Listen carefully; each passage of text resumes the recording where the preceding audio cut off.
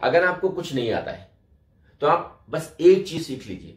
अगर आप एक चीज सीख लेंगे तो आपको ना कभी पैसे की कमी होगी पूरी जिंदगी, और ना ही कभी काम की कमी होगी। अगर आप जॉब करना चाहते हैं तो कभी भी आपको जॉब की कमी नहीं होगी। तो वो कौन सी टेक्निक है? वो टेक्निक है सेल्स। अगर आपको सेल्स आती है, आप अच्छे सेल्समैन हैं, आप अच्छे सेल्स प्रोफेशनल हैं, तो आपको कभी पैसे की, जॉब की, वर्क की कमी नहीं होने वाली है। तो इस सीरीज में मैं आपको बहुत सारी स्ट्रेटजीज बताने वाला हूं, और सेल्स किसी भी इंडस्ट्री की, किसी भी ऑर्गेनाइजेशन की बैकबोन है, फाउंडेशन है, क्योंकि वहीं से रेवेन्यू आता है। तो सबसे पहली जो स्ट्रेटजी है वो है bent strategy, BANT, bent strategy. तो ये बेंट स्ट्रेटजी क्या होती है, कैसे काम करती है, मैं सारा कुछ बताने वाला हूं उसके बारे में। B for budget. जब भी आप किसी व्यक्ति से सेल्स के लिए मिलने जाते हैं, XYZ आपका कोई प्रोडक्ट है, आप उस प्रोडक्ट को बेचना चाहते हैं, उस प्रोडक्ट को बेचने के लिए आप किसी भी व्यक्ति से मिलते हैं, तो जब आप उस व्यक्ति से मिलते हैं तो आपको इन 4 चीजों पे फोकस करना चाहिए। अगर आप इन 4 चीजों का ध्यान नहीं रखेंगे तो आपकी वो जो सेल है वो क्लोज नहीं हो पाएगी।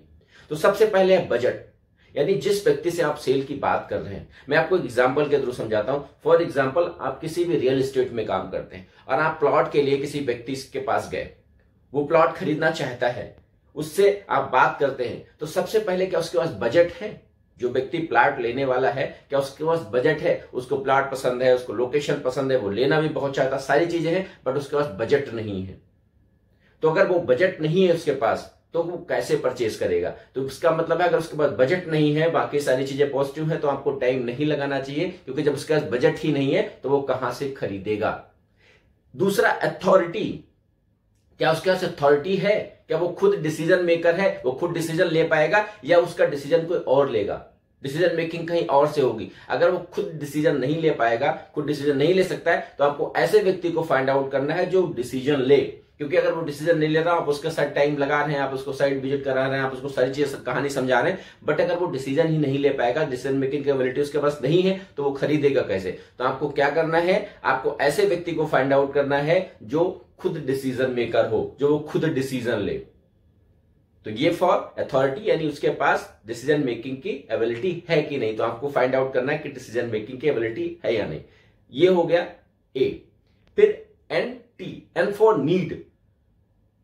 उसको नीड भी है नहीं है, यानी आप उसको प्लॉट तो बेचना चाहते हैं, लेकिन क्या उसको नीड है प्लॉट की? अगर नीड है तभी तो खरीदेगा, अगर नीड नहीं है तो वो नहीं खरीदेगा। आप अननेसेसरी इस पर टाइम लगाया जा रहे हैं, तो फाइंड आउट करो क्या उसकी नीड है। अगर नीड है तो वो एन केन प्रकारेण कहीं से भी सारी चीजें मैनेज कर लेगा। क्योंकि जब सेल नहीं होती तो उसके कारण क्या होता है, आदमी क्या कहता है, जब सेल उसको नहीं खरीदना होता तो उसके कई कितने 5 कारण है कुल मिला के। भैया जरूरत नहीं है, मतलब डिजायर नहीं, इच्छा नहीं है, या फिर टाइम नहीं है। ये सारी चीजें क्या है, और ट्रस्ट नहीं है, यानी उसका जो आप चीजें बताएं उस पर उसका ट्रस्ट नहीं है। तो ये सारे रीजंस है, या फिर उसके पास मनी नहीं है। तो ये 5 जो कारण हैं, ये 5 कारण हैं जिसकी वजह से क्या नाम कोई भी व्यक्ति सेल नहीं करता या रीजन बताता है कि हम वो चीज नहीं खरीदेंगे। तो जब आप किसी से सेल के लिए मिलने जाएं तो इन 4 चीजों पे जो मैंने आपको बताई है, इन पे ध्यान रखें। तीसरी क्या है, नीड। क्या उसकी इच्छा भी है खरीदने की? फॉर एग्जाम्पल, आपकी साइट है लखनऊ से 25 किलोमीटर की दूर, और उसको प्लॉट लेना है लखनऊ के अंदर, तो वो कैसे खरीद लेगा? वो तो उसकी नीड तो है, बट वो लखनऊ में लेना चाहता, बाहर नहीं लेना चाहता, तो उस आपके प्रोडक्ट के लिए उसकी नीड नहीं है। तो आप उस पर अगर पसीना बहाएंगे, टाइम लगाएंगे, तो उससे रिजल्ट नहीं आएगा, 100% नहीं आएगा। चौथा सबसे मोस्ट इंपॉर्टेंट फैक्टर वो क्या है? वो है टाइम लाइन। हर चीज को आप एक टाइम लाइन में वाउंड करिए। आप उससे कुछ सवाल पूछना शुरू करिए, जो आपका क्लाइंट है उससे सवाल पूछना शुरू करिए कि सर अगर आप प्लॉट लेने का प्लान कर रहे हैं तो सर कब तक प्लान कर रहे हैं? उससे पूछिए तो सही कि वो कब तक लेना चाहता है, कि ऐसा तो नहीं खाली आपको टहला रहा है, लेना नहीं चाहता है, खाली समय पे समय दे रहा है। अगर वो आपको 4 महीने, 5 महीने, 6 महीने का टाइम दे रहा है तो उसको छोड़ दीजिए, दूसरे क्लाइंट पे टाइम लगाइए। रीजन बीइंग, क्योंकि 4 महीने बाद वो लेगा भी नहीं लेगा, नोबडी नोज।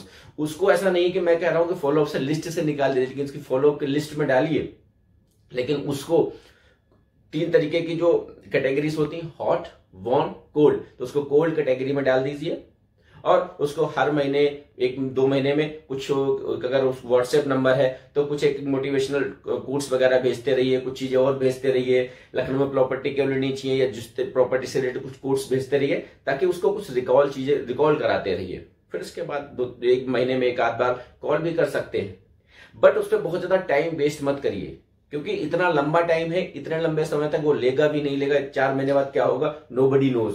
तब तक के लिए आप दूसरा कोई क्लाइंट फाइंड आउट करिए। तो अगर ये 4 स्ट्रेटजी आप फॉलो करेंगे अपनी सेल्स के लिए, अपने कस्टमर को के लिए, तो आप देखेंगे कि आपकी जो सेल है अच्छे से क्लोज होगी और आपका बहुत सारा समय बचेगा। उस समय को, उस एनर्जी को, उस एंथुसियाज्म को आप दूसरी जगह लगा सकते हैं। तो ये थी स्ट्रेटजी, बेंट स्ट्रेटजी। आप इसको फॉलो करिए, देखिएगा आपको रिजल्ट आएगा। मिलेंगे दूसरे वीडियो में दूसरी स्ट्रेटजी के साथ। तब तक के लिए अपना ढेर सारा ख्याल रखिए। मैं ओम नराची, नमस्कार। Thank you so much.